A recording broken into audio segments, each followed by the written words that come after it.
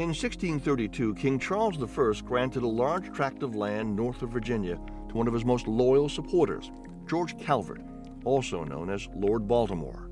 Before Calvert could assume control of the territory, he died, leaving the colony to his son Cecilius. The young Calvert was delighted with his new proprietorship. He imagined Maryland as an enormous feudal domain, one where his subjects would pay rent for their land and pay homage to him. Unfortunately for Calvert, the Crown had also promised Maryland's colonists all privileges, franchises, and liberties of Englishmen, including a representative assembly. Calvert's vision clashed with the colonists' expectations. Calvert's own religious loyalties also greatly aggravated the colonists. A devout Catholic, Calvert rewarded wealthy fellow Catholics with public office and choice lands.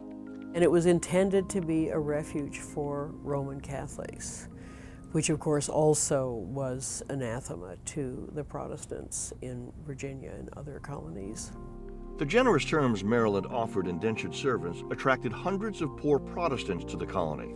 They were allowed to own farms and to have a significant say in local affairs. But this Protestant majority resented the favors Calvert showered upon his Catholic friends. Class conflict and the historical clash between the two Christian sects made violence almost certain. In the 1640s, the colony plunged into chaos. To calm the violence, Calvert gave more power to the Assembly, appointed a Protestant governor, and offered a refuge to religious dissenters, mostly Protestants belonging to denominations other than the Anglican Church.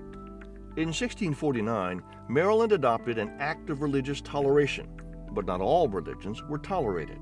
They passed the Act of Toleration, which stipulated that anybody who recognized the Trinity would be tolerated. It meant that Jews would not be tolerated. Jews could not worship openly in Maryland, but any Protestant or Catholic, anybody who recognized essentially the divinity of Jesus, would be tolerated in Maryland. In the largely Protestant colonies, Maryland remained one of the few refuges for Catholics.